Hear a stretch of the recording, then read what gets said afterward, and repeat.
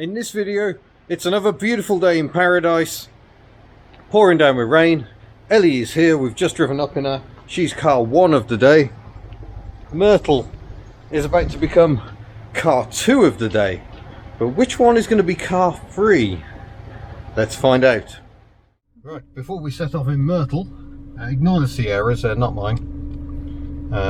We need to try and free this off. There we go. Mirror never sticks very well. I have actually ordered some proper stuff to attach this, but that's going to have to do for now. So that means we can have front wipers. Oh, look at that, excellent front wipers. Put some demisting on, perhaps. Lovely pattern. And the rear wiper. Look at that.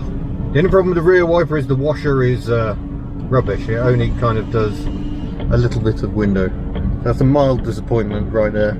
Also the blade doesn't seem to clear right at the top of the windscreen, but someone was asking for wiper action, which I failed to include last time, for which I truly apologise. I'm trying to remember where the controls are. I haven't driven this car on the road for ages. Right, we are going to set off and we will change vehicles along the way, which is a pretty big clue as to what's going to happen next. I've missed this little car.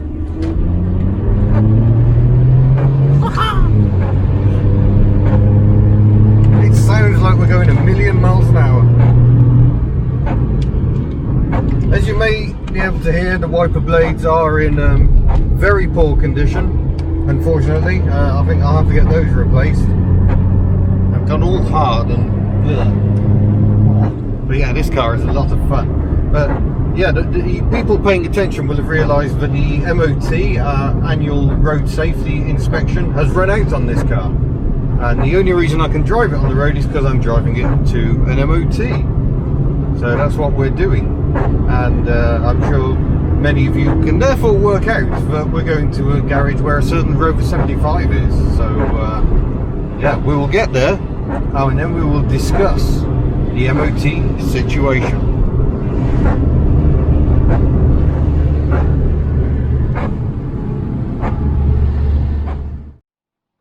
And here we are, back in Rita the Rover. Actually, I'm going to take you outside. I haven't got the mic on, so it might get a bit noisy. It's pouring with rain. It is pouring with rain, it's horrible. But it's not too bad.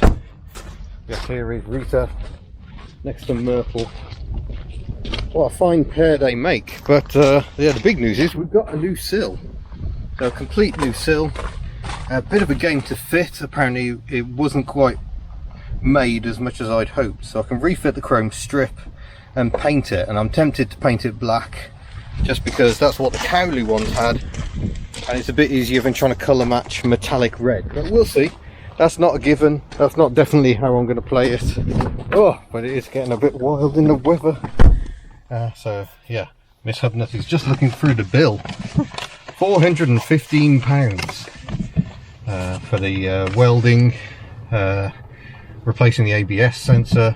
There was problems with the wiring as well, so all the bad times there. But she's come through quite well though. I was just looking, not many advisories. Yeah, and I have now bought an in-pump tank, so that's good. So in-tank pump rather. So hopefully we can make that better.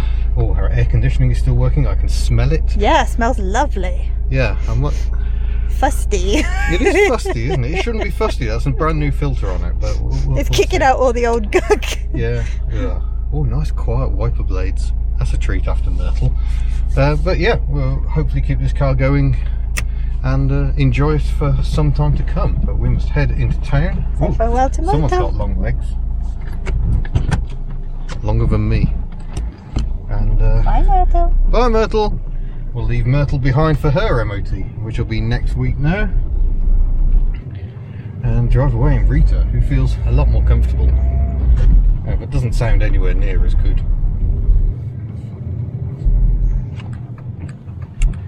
Check the old blind spot. Parfait.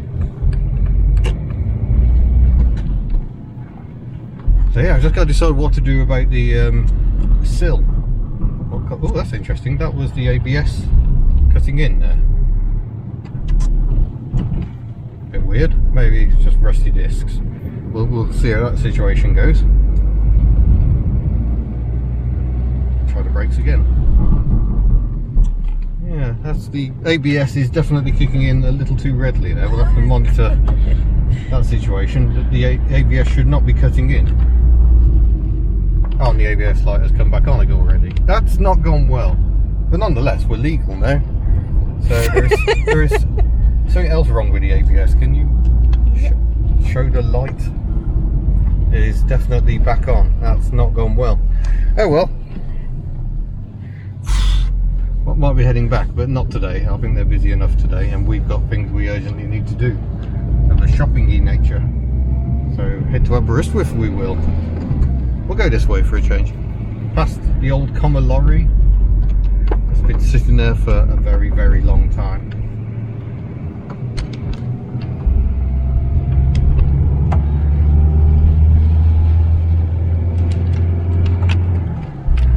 Oh, she's got that thing Myrtle hasn't. Torque. Waha. Advisory items with a front tyres, both a little worn on one edge. They're still legal for now, but it's not ideal. You want your tyres to be good. But I could also do with refurbing the alloys, so we'll see about doing that as well. Look at these gorgeous colours. Wow. Autumn is spectacular in these parts, it really is. Or fall, as you call it in America. That's a big lorry, that's another big lorry. And we're not in a small car anymore. We're not in a small car anymore.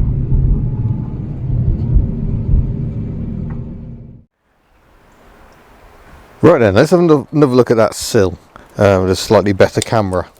Yeah, a lot of fab work to get it round this corner here and to attach it underneath. It just didn't have anything too good going on, and here they've had to try and make it work with the old sill. It's not perfect, it's not a seamless fit, but it's a lot better than I could do, and sadly it's a proof that once again pattern parts don't always fit very well. I think the lads have done very well with what they had. They did message me with a bit of a grumble saying this isn't great, so yeah, they've got that fitted. That's good. The car is nice and solid. I was toying with the idea of painting the sill black like the Cowley cars. The Cowley built Rover 75s tended to have black sills. Longbridge ones tended, it's not 100% guarantee, but they tended to have body coloured sills. But I think I'm going to go body colour, and I'm just going to rattle can it. I've ordered some rattle cans online. If I don't get a brilliant colour match, I don't care, because you know we've still got a scrape on the door here, and yeah, there as well from whatever it hit that caused the initial damage. But that's now sorted out. I have obviously still got the issue of the ABS.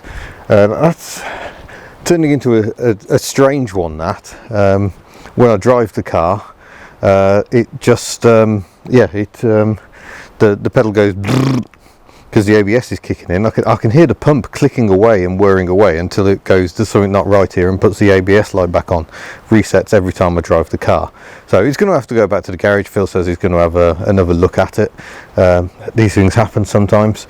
So you fix one issue and that just sets off something else. Also note, this tyre still seems to be losing air.